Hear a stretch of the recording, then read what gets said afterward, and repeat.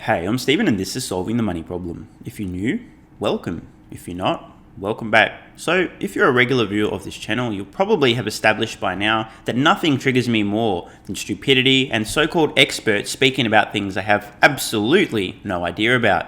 I just can't stay quiet. When I hear somebody mouthing off and claiming from a position of authority that this is going to happen, this is likely, this is the way things are, and I know for a fact they're completely wrong, I just can't stay quiet. This is actually a major problem in my life. I'd much rather be snuggling in bed with your girlfriend this morning, but I've seen some so-called research now talking about Tesla and the automotive industry in general running out the next decade, and it is so incredibly wrong. I had to make this video. The thing that troubles me most about the so-called research we'll be looking through this morning is that it comes from a reputable, using the term fairly loosely there because this is the only context through which I know this firm, a reputable research firm, a company who people actually pay money to obtain research from.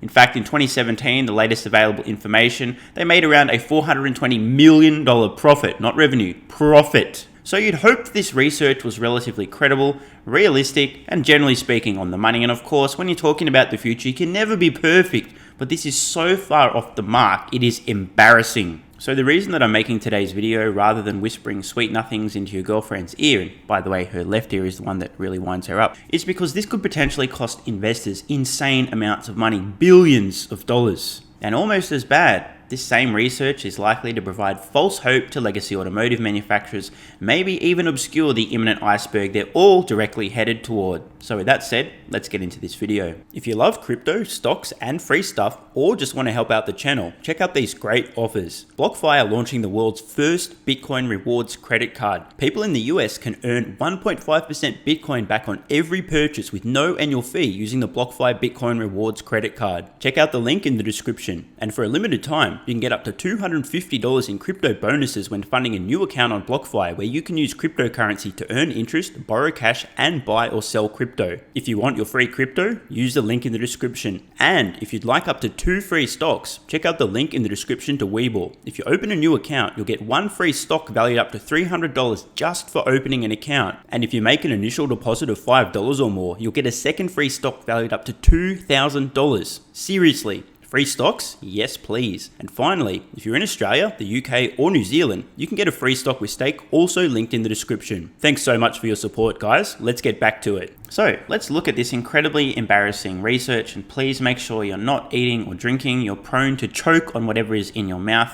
I guess that includes eggplants as well, so be very careful. This is so bad, so funny, so hilarious, so depressingly off the mark. I really do want to warn you guys and girls before we get into it. So here we are over on Twitter, and as you folks know, you can believe everything you read on the internet. But in all seriousness, a little caveat here, this is just a random tweet on Twitter. It may be a complete and utter fabrication, but I'm going to proceed on the assumption that this is actually legitimate. So with that said, allow me to quote a tweet here from Tez Calendar.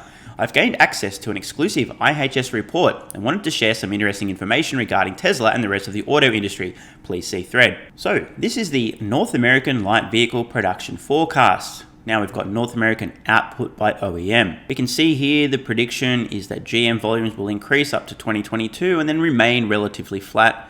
Very similar for Ford. There is a pretty strong increase in volumes from 21 to 22. Very consistent production volumes from Toyota also. The same for Stellantis. A little bit of a decline in volume there from Honda. And the most important part of this entire forecast, fucking hell, dude.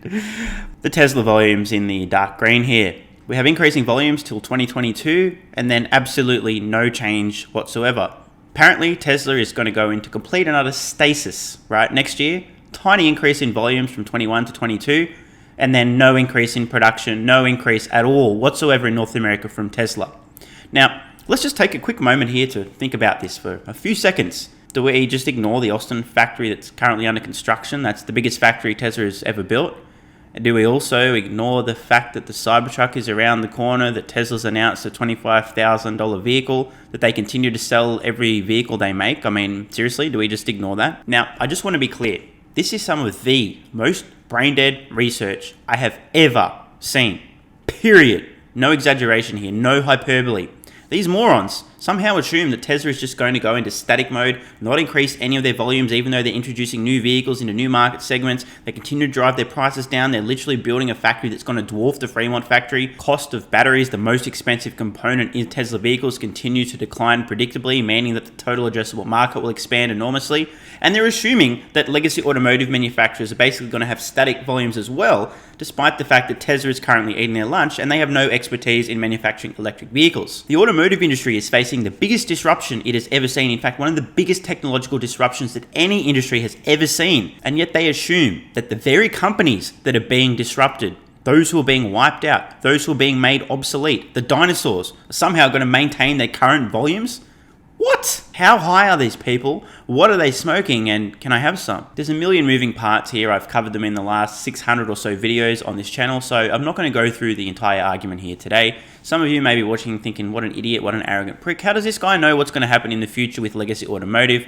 I've covered it before. I'm not even going to go there today. You're welcome to set a reminder to check back on this video in 5-10 years and watch what happens with the volumes of Ford, General Motors, Toyota, etc. See how they compare to the volumes today, if they're even still in business. Alternatively, if you have a few hundred hours to spare, you can always watch your way through my entire back catalogue of videos, and I think you'll start to understand where I'm coming from. Just in case you guys and girls thought, well, maybe their predictions about the United States are a little bit off. Maybe that's not their area of expertise.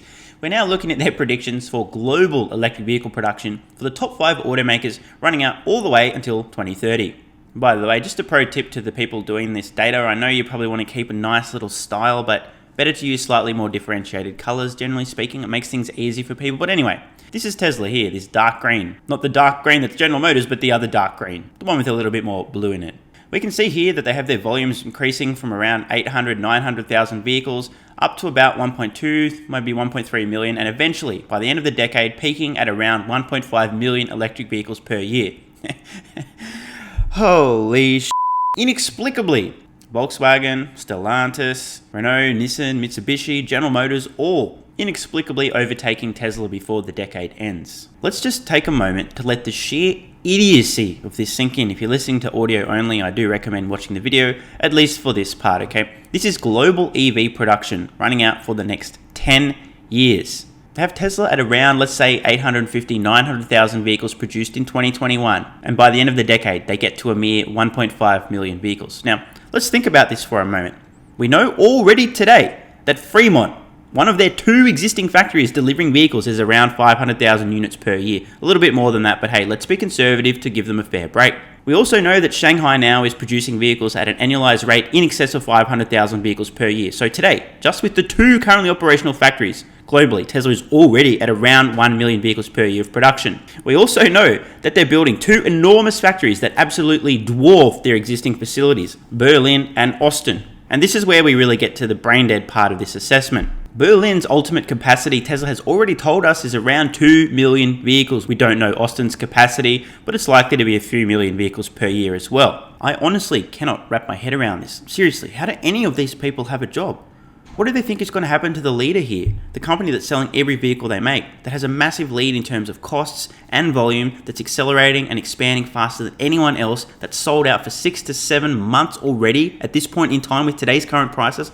What do you think is going to happen when they continue to drive costs down, increase their production capacity, improve their lead further, continue to innovate in the manufacturing space, doing things like the gigacasting and driving their costs down further, becoming even more profitable, investing even more in R&D, benefiting even more from economies of scale, benefiting even more from word of mouth? What on earth are they thinking? Oh wait, they're not. That's the problem. I'm seriously starting to wonder whether or not this so-called research is a joke, like a literal joke, like somebody trolling within the company going, oh, I'm going to leak this research just to troll people. And by the way, if you are trolling, well done, you got me good. This research and analysis implies unequivocally that Tesla is currently building factories which won't be used to produce vehicles. They're just going to sit idle for the next decade. It also implies that as Tesla introduces new products like the Cybertruck and the $25,000 Tesla, that for every new one of those vehicles they sell, they'll sell exactly one less vehicle of all their existing models.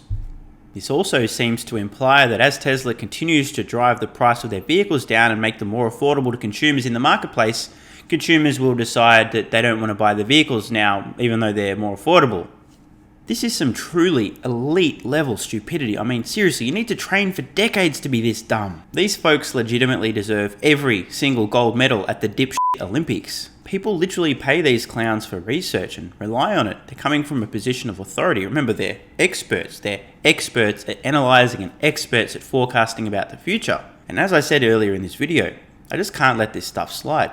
The trouble is, there's people out there who own stocks in companies like Ford, Stellantis, General Motors, Tesla, who will rely upon this research as reasonable and credible when it's anything but. The same can also be said of many legacy automotive manufacturers who may also rely on this research and think, oh, good thing Tesla's not going to increase their volumes too much more in the future, otherwise we'd be going bankrupt and that'd be a problem and we'd need to do things to not go bankrupt. So I guess the summary of this research here is that according to the modern day Einstein, Newton and Feynman over at IHS, once 2022 rolls around, Tesla is just going to voluntarily stop introducing new products, stop innovating, stop investing in R&D, stop driving their manufacturing costs down, stop benefiting from economies of scale, stop introducing new features and functionality to make their vehicles even more compelling, stop expanding their production capacity, voluntarily relinquish their currently unassailable lead, and in short, stop growing. Seems legit, bro. I guess in the exceedingly unlikely case that they just so happen to be wrong, could be an opportunity for smart stock investors out there who have a difference of opinion. And one final point before I wrap this video up, don't ever blindly trust experts or people in positions of authority. And that includes people with a mullet on YouTube. Always think for yourself, even if it hurts, and always draw your own conclusions, even if it's hard. Let me know what you guys and girls thought in the comments below. Assuming this research is legitimate and I'm not being trolled because you can believe everything you see on the internet. How high are these people? Seriously. I'm Stephen Mark Ryan.